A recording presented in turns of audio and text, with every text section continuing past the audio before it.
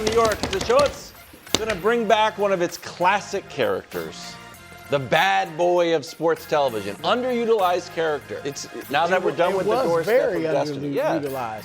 It lasted like 2 weeks. Yeah, and then it was gone. It's like Professor Bruto. Well, I wanted to keep him, but Dusty Dusty had an issue. I trimmed it a little bit. Post-football season trim. You look resplendent, Thank Brew. you. What about me?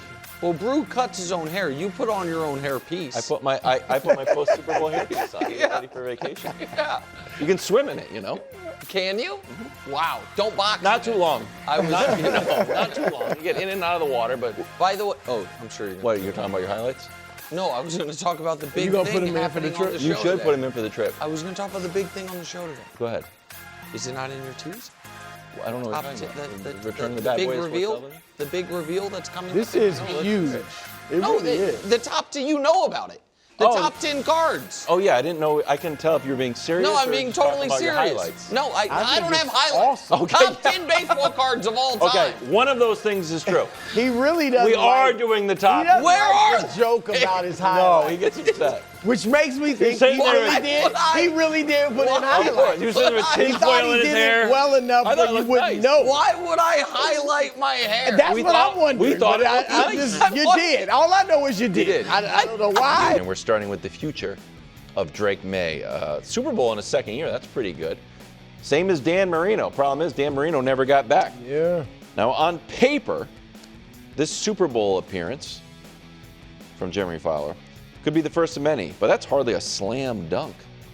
He's not out there like Larry Johnson dressed as grandmama, you know what I mean?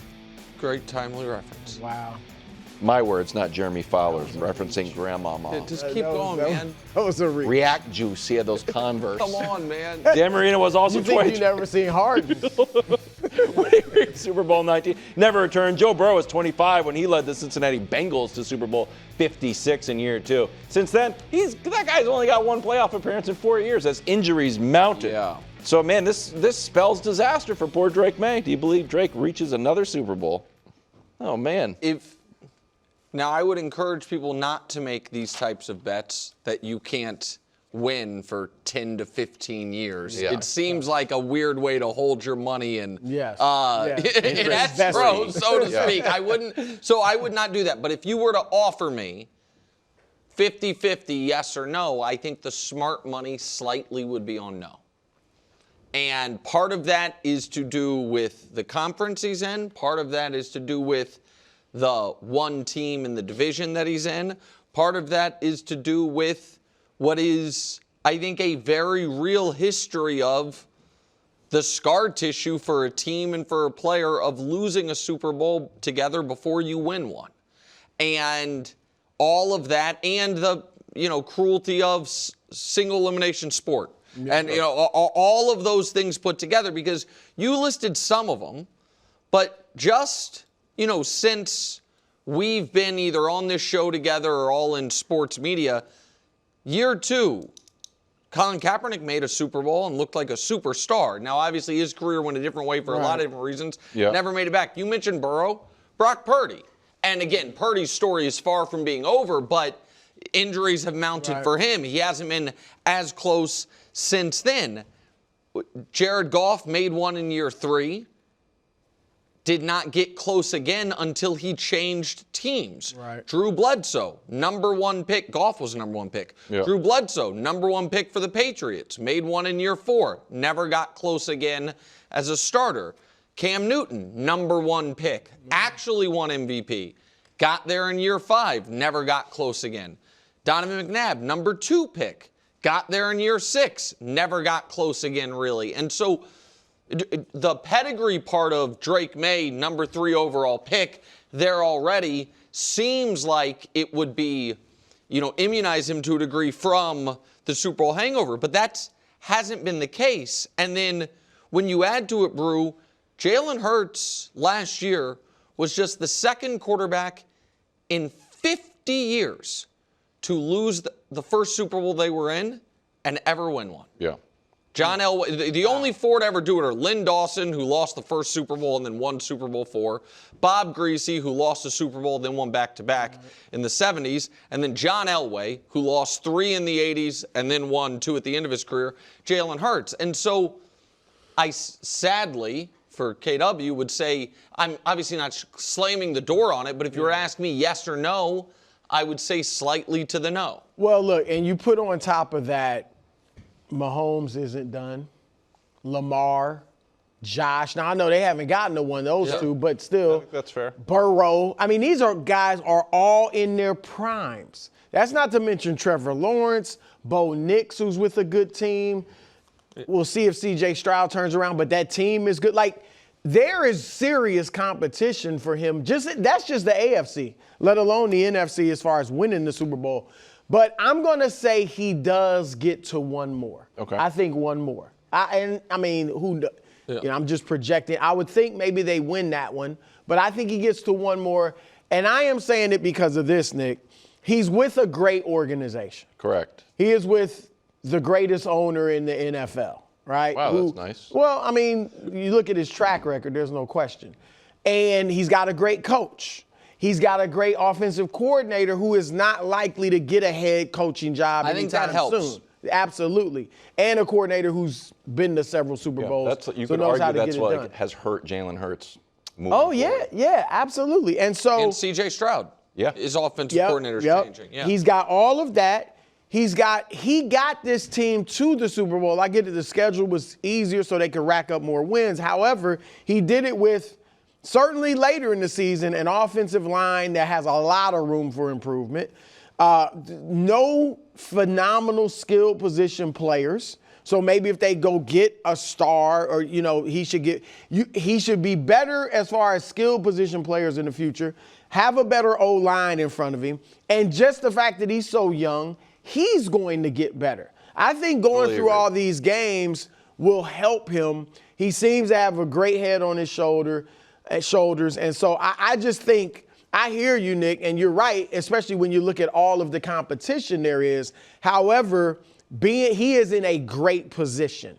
And great, like I said, great coach who's Vrabel. We know how much he wants to win the Super Bowl as a coach. So I just think he's going to get back to one more. The question for you, I think, Nick, is do you view this question, I mean, it is a quarterback question, but do you view it through a lens of Drake Maye, or do you view it through a lens of Vrabel and the Kraft organization? Because I know you're like, well, Jalen Hurts is the only guy to do it.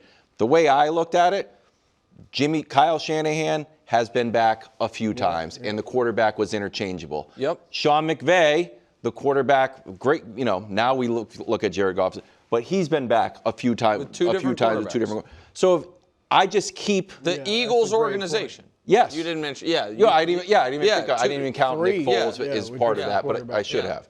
So I view the Patriots more like the Rams, but instead of switching out the quarterback, more like the 49ers. Instead of switching out the quarterback, we just keep the same quarterback, same coach, same front office, and have continued success. So this is where I would, I guess, push back on the thing Bruce said at the beginning. And this is, I guess, in the same bucket of, say what you want about Nick Sirianni, wins are a coaching stat, that the evidence supports the best owner in the NFL is Robert Kraft. I don't view the Patriots as organizationally as buttoned up across the board and as well-oiled machine as the three organizations you just mentioned. And I understand Kraft, he's hired great head coaches. Well, he's hired 3, right? Yeah. And one of them was a disaster, right? And Mayo. Well, 1 year. Right, but that's... But he hired Parcells, so 3 of the 4. I'm sorry, I forgot he hired Parcells. You're right about that. Parcells, Belichick. Mayo, and he got rid of Mayo quick. He didn't let it simmer for 5 years. But the other... So I have a hard time with some of the Patriots' success of... Was everyone involved in the Belichick-Brady tenure, in the GOAT conversation for what they did because they all racked up those numbers together?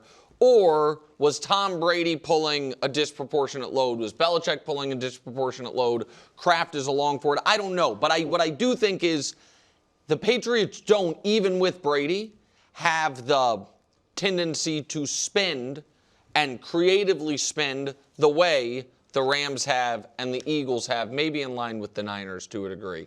And so I think that could be preventative to a degree. And so I just, I definitely think Kraft was, for lack of a better phrase, along for the ride with Belichick and Brady. But again, he hired Parcells and now Vrabel. So I think he's shown enough outside of those guys, at least where he's competent and knows what he's doing. Oh, yes, I agree. I don't think they have a bad ownership situation. I also don't know what to make of the fact that I mentioned the last 50 years the only two quarterbacks to lose their first Super Bowl and win one were Elway and Hurts. The only guys to get back is Craig Morton, who didn't really get back because he had to change teams to do it. So he got back, but it was... And then two guys who went to a bunch of Super Bowls and lost them. Fran Tarkington, who kept going and losing, and Jim Kelly. I don't know what... I can't prove it, and it's small enough of a sample that it might be random, but it does feel like that football's so hard and the season can be so cruel that losing a Super Bowl before you've won one, as a collective, can do real damage to the things that you were saying, Wilds, were special, and the vibes and all that stuff. I don't know how much of that is like the Seahawks had won a Super Bowl, and then losing that next one broke the team. I'm talking about... They were winning 10 games. Right. They still were a good team. No, but they had to get rid of the whole defense. They had to get rid of within 2 years because they were so mad about how the game ended. You know what I mean? Like they... I also think... I think in the era now, and it's been a long time now, but free agency, a lot of Fran Tarkenton, that was before free agency, where those teams were just stayed every together. Year. Yeah. Whereas now, if some guys can't get over the Super Bowl hangover, whatever, eventually you're going to bring in new guys. Just looking at this, how many guys were in the Super Bowl ahead of schedule? That's what I would think, even going back to McNabb was not ahead of schedule. McNabb was kind of peak. I would say Cam was at the peak of his powers. He wasn't getting better post-Super Bowl. Goff, Matt Ryan Burrow, was at the Purdy. peak. Yeah. And those guys could get back. Marino. So maybe the jury is still out. Marino was ahead of schedule. He still was great, but but Marino's career is one of the weirdest ones ever. Yeah. In that they make the Super Bowl in year 2, it's his best year. The next easy schedule. That's the different Dolphins team. That's 72. Well, with that not schedule 84. easy. Look up that 84 easy. No, but Brew, and then the next year they get to the AFC title game. Yeah. And then the whole rest of his career, they only get to one more conference title game. Marino's career is unlike. There's no comp for it. All right, well, let's take a look at the Super Bowl champions and their odds next year. Very kind to the Seahawks. They are favored to go back-to-back. I think they're tied with the Rams, which Danny was calling the real Super Bowl. So it kind of stinks. Stinks for me, at least, Are you buying that the Seahawks can go back-to-back? They deserve to be. And back-to-back, we're talking about winning it, not just getting there. Yeah. That's how I'm looking at it. Yeah. Look, they can. I mean, they're obviously a very good team. Darnold's still young.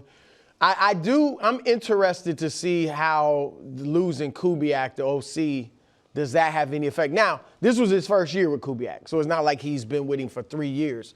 So you would think he'll adjust to whoever it is. And they're obviously smart enough to keep a lot of the stuff that was working and all of that. So I think he'll be fine with it. The defense obviously is great. You got, the skill positions, assuming they bring back Kenneth Walker III too. So I'm not going to write them off, but I view them kind of like I'm not saying they'll have as bad a year as Philly had, bad year if we call it that, but I view them like I did Philly, where I think they'll be good, they'll make the playoffs, but they're not going to win. I would pick against them getting back to the Super Bowl. The teams that have won it, Nick, you mentioned it in your last answer, all the quarterbacks that have gone back-to-back are Hall of Famers. Now, and I guess you might say, well, if Sam Darnold wins the next Super Bowl, then, okay, he's starting to build a case. But, I mean, Bart Starr, Bob Greasy, Terry Bradshaw, Joe Montana, Aikman, Elway, Brady, and Mahomes. I'm not ready to put Sam Darnold in that class. And I get it, they have a great team, but I am not going to give him that. And this was a team that was led by their defense. And two of the greatest defenses that we've seen, and we've even mentioned them over this past week, the 85 Bears, the 2000 Ravens, they didn't get back. Steel it was curtain. like a one. The Steel Curtain did. That's there, like yeah. one of the the few Bucks as great well ones. didn't get back. Right. The Steel Curtain is really one of the few great ones that, and then Miami in the early 70s. Yeah. Those are like the only two great defenses that did get back and repeat. So, yeah, I don't think they will. So, one thing that they don't have going for them that Philly did this year is upheaval in their own division. That Philly, while it was working through whatever it needed to work through, and it never worked through it all, they had the safety blanket of, we're going to be in the playoffs. Yep. So even if we have some injuries or some discontent, if we can get it right by January, we'll be there.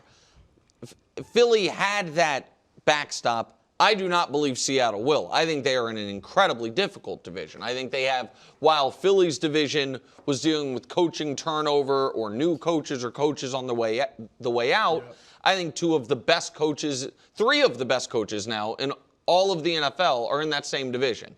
In McVay, Shanahan, and obviously Mike McDonald.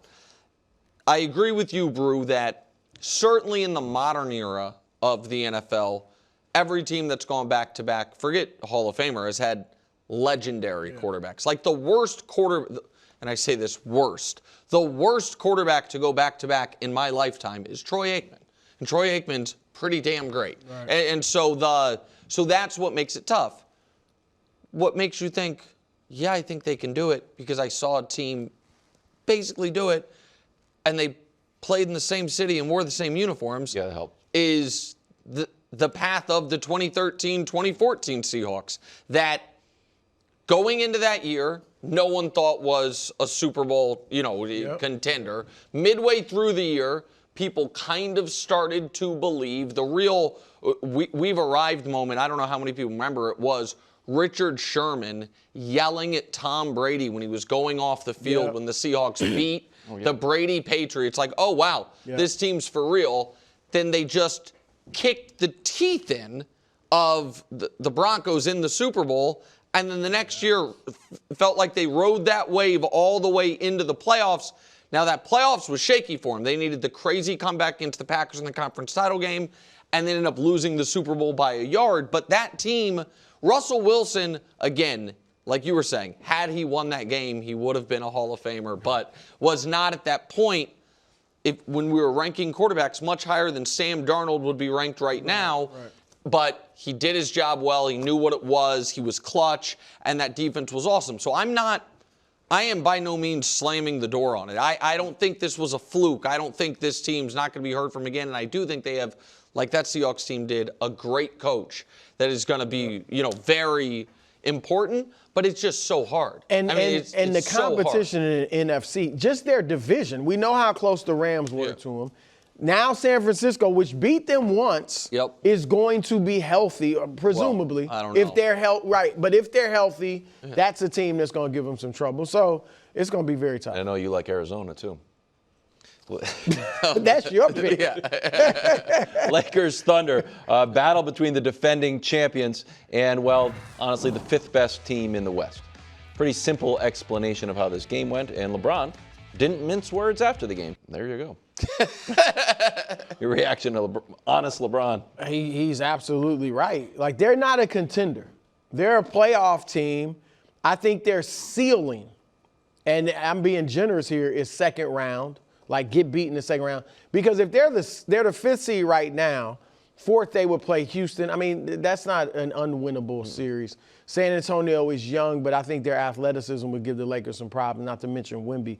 But if they're sixth, then you might get Denver or San Antonio in the first round. You could go out in the first round.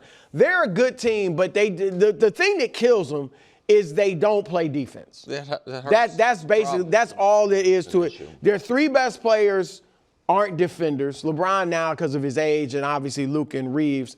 Not to mention their three best players have only played 10 games together. So they're not even really developing great chemistry. They are all smart enough where they can make it work together. But still, they're not developing the type of chemistry they would need to pull off an upset in the playoffs because they're just injured. And, Nick, they're 22nd in the league in defensive rating, 27th in opponents' field goal percentage. And these athletic teams really give them problems. Like OKC, last night, obviously, OKC didn't even have SGA. Obviously, the Lakers didn't have Luka, but still. But it was just the athleticism of those guys. Those are the types of teams that are just too fast, too athletic for the Lakers. So they're a playoff team, but I don't think they're a legitimate contender. And right now they are being held together by the fact that despite being at his age and despite Luka's limitations, LeBron and Luka are still two of the best clutch players in the league, which is why they are 23-0 when leading after three quarters. And then what does that mean? They are 9-30 in all other settings. This is the third time in LeBron's Lakers career they have been at or near the top of the whole NBA in winning percentage after leading through three quarters, because when the game, if it's close late, last 5 minutes, and the game slows down, some of those limitations LeBron has at his age, get minimized, and IQ and things like that. And Luka obviously can create a bucket as well as anybody, but their net rating, like their point differential, is that of a 500 team. Right. They have the same net rating as the Magic and barely ahead of the Clippers. And so I think the Magic are the only other team with a winning record that has one that low. Correct. And so they probably aren't quite as good as 32-20, but they're winning in the margins. But the bright side for the Lakers is this. You're not a championship contender, and your front office and current ownership are fine with that because they're not trying to be.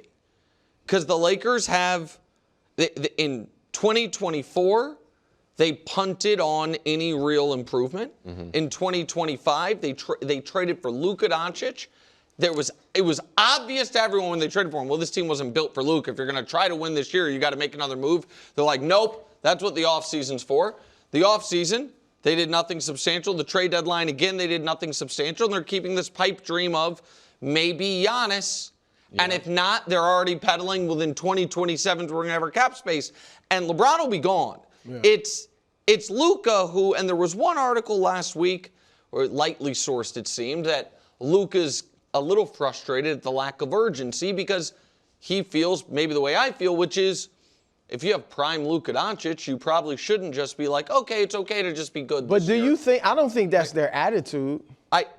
I mean, they went out and got DeAndre Ayton, who you can argue over whether you think theoretically, he's a fit with Luka. You pick and roll, throw him lobs at the rim and theoretically, again, he could defend. I mean, it wasn't much out there as far as centers. Like, I don't think they're mailing it in. I don't think they're saying, okay, we're pretty good making the playoffs. We're fine with that. I think they're smart enough to know every year we have Luka Doncic in his prime, we got to go for it. But they just haven't been. Luka is difficult to build around, period. And, I mean, because you got.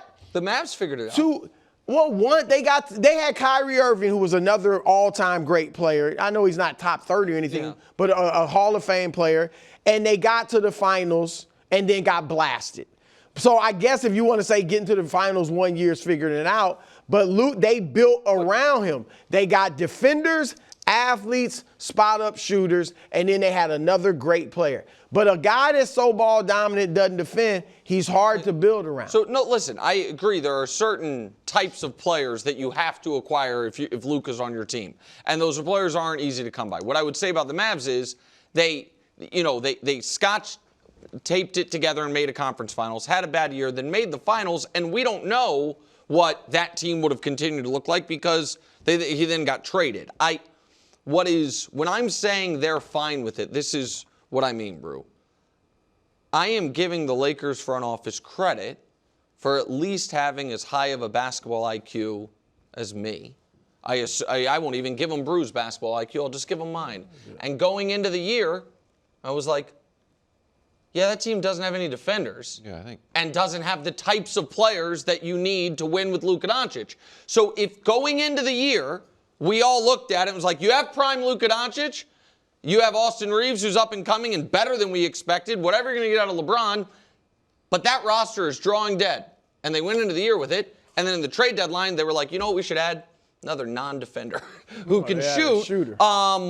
That, to me, it's either you don't know what it takes to create a winning basketball team. I assume they do. Or you're like, no, it's okay. Or this they year, just can't make the moves.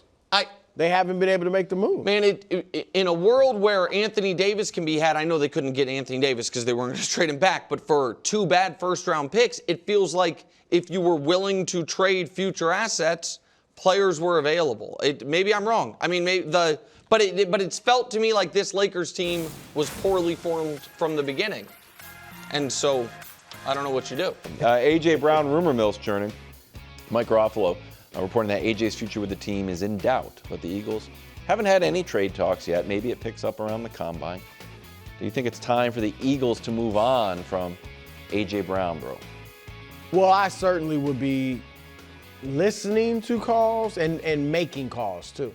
I would not give him away. He's too good of a player for that. But I would definitely be like, if we can get something, whether it's draft picks, whether it's a player that is comparable, then I'm doing it. And I'm starting to feel like the Eagles might be in for a rough season. You think? Right. Yeah, it's just too many, like, and here's the thing. You can look at it 2 different ways, but we know they're going to have a new offensive coordinator, new offensive line coach, new pass game coordinator, new run game coordinator, right?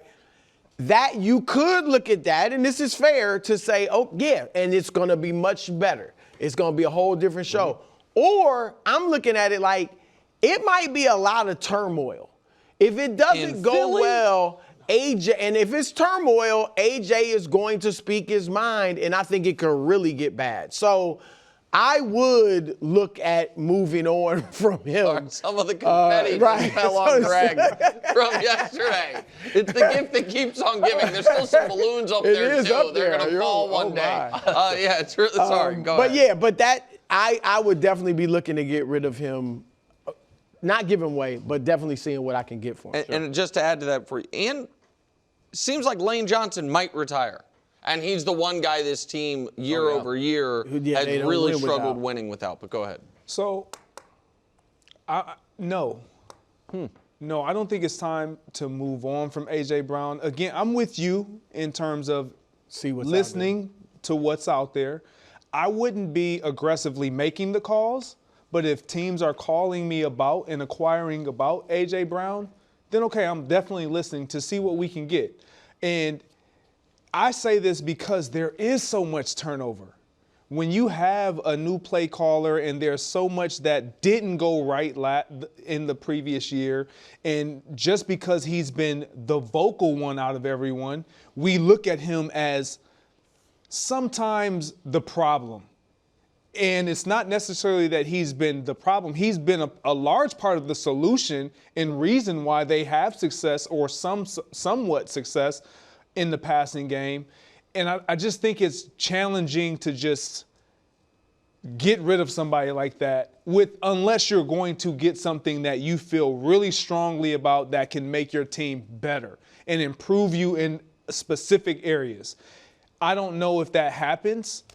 And so for that, I don't believe all the way in the quarterback in terms of not having the added personnel around him to elevate everybody to be a contender. I know you do, Wilds. Yeah. Well, but we all know where it should happen. What should happen? That A.J. Brown left Tennessee, an organization that was going through some turmoil, landed with the Eagles, had some great years, won a Super Bowl, said, you know what? That was great, but I need more. Then had a down year and was telling people on a live stream, hey, if you've got me in fantasy football, put me on the waiver wire. I'm not getting the ball. Then he's sitting at home once the Eagles get eliminated from the playoffs. He turns on the television. He said, hold on a second. Is that my old coach getting blown out in the Super Bowl? Can't complete a pass? You know what could help him? Old A.J. Brown. So that quickly you're going to move on from Stephon Diggs? No, I like Stephon Diggs. What do you think I am, Cardi B? I'm loyal to. I'm loyal to Stephon Diggs. You agree with me, right? Yeah, I don't think you can have both of them. Well, you would take financially, AJ, or you No, would I don't think take AJ Stephon makes that over much Diggs right money. now. But I just but I will There's no listen. question. But I have a very different opinion on Stephon Diggs in the wide receiver hierarchy than my pal KW, who had him in the You top wouldn't give 5 up going Diggs into for the Super AJ Bowl. Brown? No, he's saying they would have them both. No, I think if the Patriots just went to the Super Bowl and didn't have a true dominant number 1 wide receiver, and A.J. Brown is fond of Mike Vrabel, and we've got the 11th most cap space, and a team that is all in together, like say what you will about Sirianni, and I do think the guy wins, it doesn't feel like everyone is necessarily always pointing in the same direction. No, I totally agree. I am surprised that with the Patriots being first team All-American vibes, with it being a true meritocracy on who Drake was going to throw to, that you would want to get in the A.J. Brown business. Go ahead. I don't want to have like a mercurial power rankings, but I think if we did, Stephon Diggs would be higher than A.J. Brown. And Stephon Diggs Stephon Diggs also was a good soldier. I was going to say he was a model. Okay, so maybe it's just a maturation of the player meeting a coach that, you get buy-in from, and it's mutually and a quarterback that you like, and it's mutually beneficial. So I listen, New England is going to be, first of all, trading him, he's $23 million on your cap to play for you. He's $43 million if you trade him. For AJ, not trade for him, KW, Philly. I'm saying for Philly. Yeah. Which means if I'm Howie Roseman, the table stakes is at least a first-round pick. So I think, but again, you guys have a late first-round pick. So that's not a top 10 pick. No one's trading that for A.J. Brown. But a good team trading a first-round pick is what I think would get Philly interested. New England is going to come up. I would imagine Buffalo will come up. Sure. And I would imagine Denver. That's interesting. I was thinking Houston. I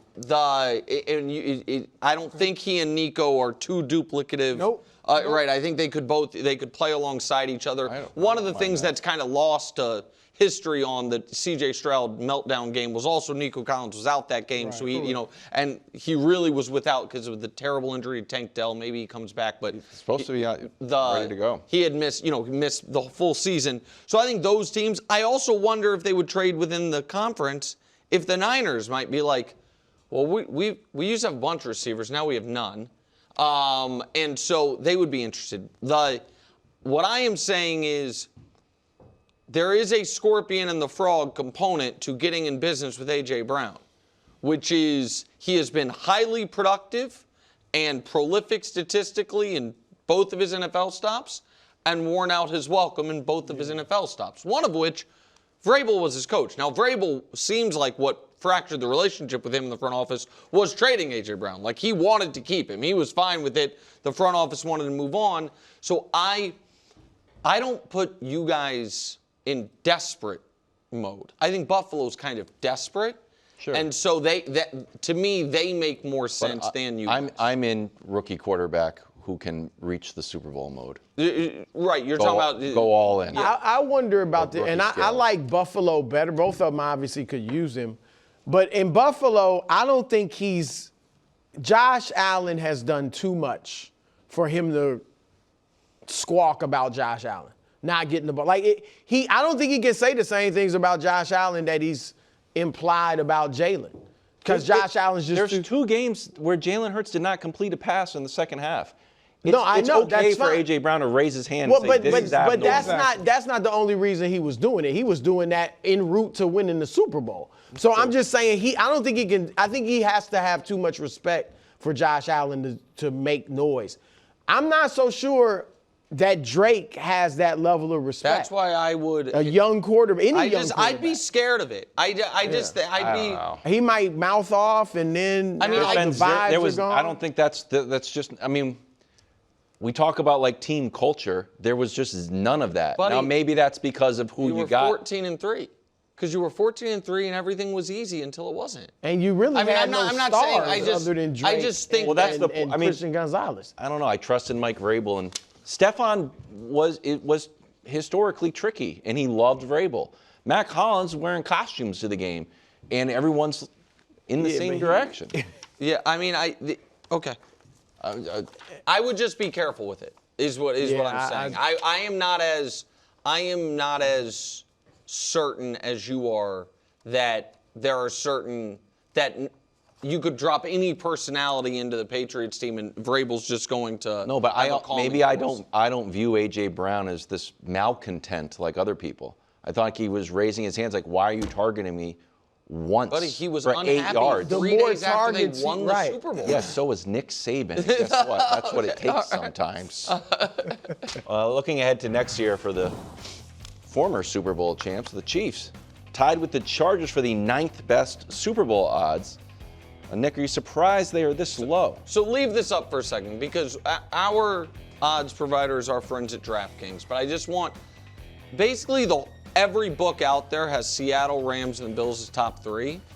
And then as just a for instance, the Patriots have, at Caesars, the Patriots have the 11th best odds instead of 5th, and the Chiefs have tied for the 4th best odds instead of where they are 9th. So it's very close, you know what I mean, in the margins between teams 4 through 11, essentially, even in the odds on there, from 13-1 to 16-1.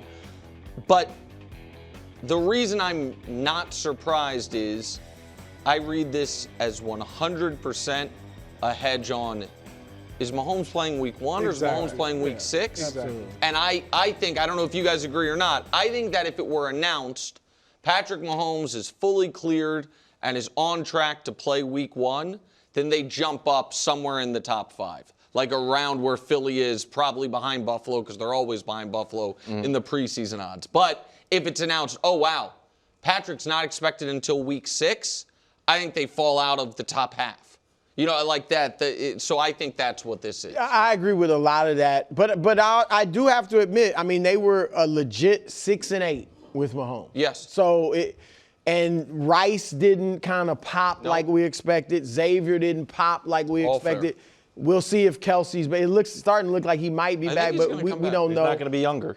Yeah, right. So I mean, and that, you made a great point, Nick, that those are so bunched together. And that's the thing. It's really not saying they're the 9th best team or whatever. But I just do think there's reason to have questions. And then even if Mahomes even is playing from week 1, how is he? How's the knee? This year running was a big part of his game. So is that affected? So I just think there are a lot of question marks there with them, so I'm not surprised. I pulled the opponents, Nick, and I just wanted your general. You have some tough games on here. Yeah. Rams, tough division. Seahawks, 49ers. We think are going to be good. We'll see how good the Colts are. Do you want? If Mahomes is back week 1, he's not going to be 100% week 1, even if he's 95%. Sure. Do you want hard games week 1 that maybe we would have lost anyways, even with Mahomes? Or easy games week 1. I want so the first hard game. Listen, I always prefer. I think hard late is better because we don't. Teams change. You know what I mean? So it's like, oh man, like if you teams that saw. You thought they were going right, to exactly. I'm thinking teams that had the Chiefs late in the year. Yeah. On their schedule, they were like, oh man, that's a brutal game we have late, and then they're playing Chris Oladuke and the Broncos. But I want the first game Mahomes to play to be against like the Raiders or something. I want his first game back to be against the Jets, a bad team where he can ease himself back. That schedule is tough. It's tough for a third place team. It's a tough schedule. It is, and I'm not surprised that the Chiefs are this low. And even if Mahomes were scheduled to be the starter week 1, and we kind of knew that, I think that they would still be hovering around this same spot. Because there would still be the questions that, Brew, you're thinking about. Like, well, Mahomes was a healthy goal all of last year until he got injured, and they got off to a rocky start. What makes me believe that they won't get off to another rocky start with an older Travis Kelce? We expected Rashee Rice to come right in and have impact, and we felt like he did immediately. But is the running game going to be fixed offensive line-wise? What are you going to do there? Is Mahomes going to be healthy to the point where he is the version that we've become accustomed to seeing? 3rd down, 3rd and forever, and it's like is this a sure thing, or are we questioning whether he can get this or not? I think that is all fair, and you weigh that in when you look at the Chiefs. And they're not favorites to win the division. I don't think they should be is it favored. Chargers? It's the Chargers. Who do you think should be? I'm not sure. I just know. I like the Chargers. Listen, I think the favorite to win the division, if it's not Kansas City, should be Denver. I think that the Chargers stuff is just Denver. And I don't want to get in a whole Joe Alt discussion, but assuming they got Slater and Alt back, then it'll be and someone then you got else's Mike fault. McDaniel. They're going to be missing their fullback. And his problem, Herbert's problem is the playoffs. Regular season, he should be all right. I mean, they've never won more than 11 games, right, in the regular season. Like I think they're gonna have a great regular season. I mean, Get Parkins come out here. Thanks for watching. Subscribe here to get more from the show and to check out clips from other shows on FS1.